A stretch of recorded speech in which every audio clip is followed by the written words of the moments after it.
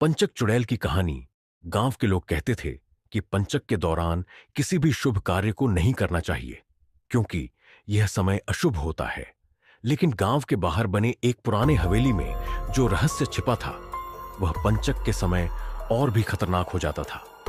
इस हवेली में रहने वाली चुड़ैल की कहानी इतनी डरावनी थी कि इसे सुनकर किसी की भी रूह कांप जाती। गांव से लगभग 3 किलोमीटर दूर एक सुनसान जगह पर एक पुरानी हवेली खड़ी थी।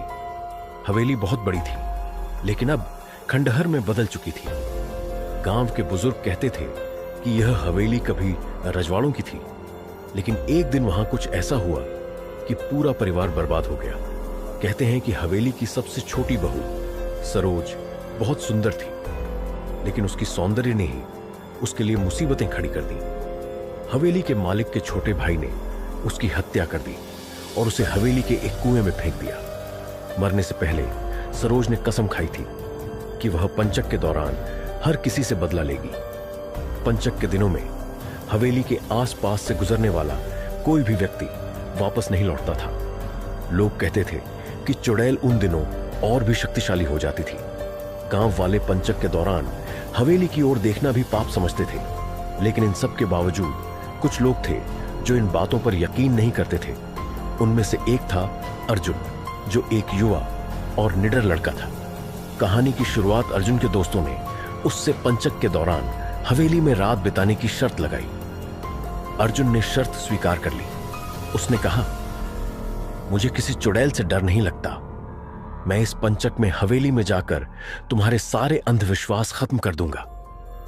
अर्जुन के साथ उसके 3 दोस्त रोहित, माया और विक्रम भी जाने को तैयार हुए। उन्होंने सोचा कि यह एक मजेदार और रोमांचक अनुभव होगा। पंचक की पहली रात थी। चांदनी रात में हवेली और भी डरावनी लग रही थी। अर्जुन और उसके दोस्त वहां पहुंचे। हवेली के मुख्य दरवाजे पर मोटी जंजीर लगी हुई थी, लेकिन जैसे ही उन्होंने दरवाजा धक्का दिया, वह खुद ब खुद खुल गया। हवेली के अंदर का नजारा और भी खौफनाक था।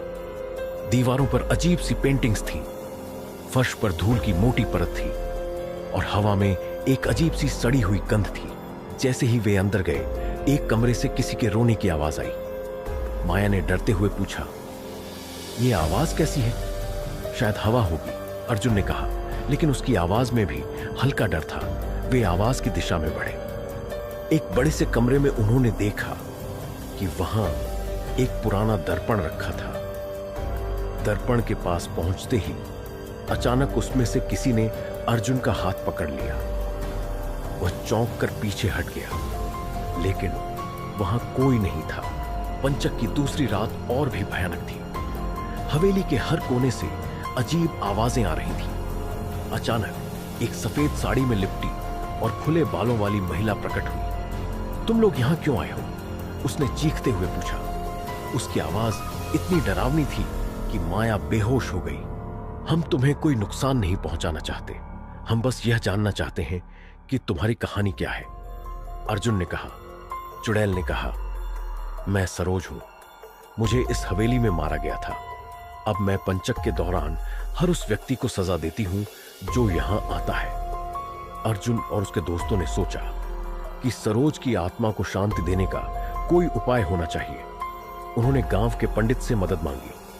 पंडित ने कहा, सरोज की आत्मा को शांति देने के लिए उस कुएं को शुद्ध करना होगा जहां उसकी हत्या हुई थी, लेकिन यह काम पंचक के दौरान करना बहुत खतरनाक है। पंचक की आखिरी रात थी। अर्जुन और उसके दोस्तों ने पंडित की मदद से हवेली में हवन करने की योजना बनाई, लेकिन जैसे ही वे कुएं के पास पहुंचे, चुड़ैल और भी गुस्से में आ गई। तुम मेरी शांति चाहते हो, लेकिन मैं शांति नहीं चाहती, मुझे सिर्फ बदला चाहिए, उसने चीखते हुए कहा। चुड़ैल ने हवेली को चारों ओर से घेर लिया। उसने अर्जुन और उसके दोस्तों को अपने जादू में फंसा लिया। पंडित ने हवन करना शुरू किया। सरोज की आत्मा चीखने लगी, मुझे मुक्त मत करो, मुझे बदला लेना है, लेकिन पंडित ने हवन जारी रखा। अंततः सरोज की आत्मा को शांति मिली और वह हवेली से गायब हो गई। उस दिन के बाद पंचक के दौरान हवेली में कोई डरावनी घटना नहीं हुई, लेकिन अर्जुन और उसके दोस्तों को यह एहसास हुआ कि किसी की आत्मा को शांति देने के लिए हिम्मत और करुणा दोनों की जरूरत होती है।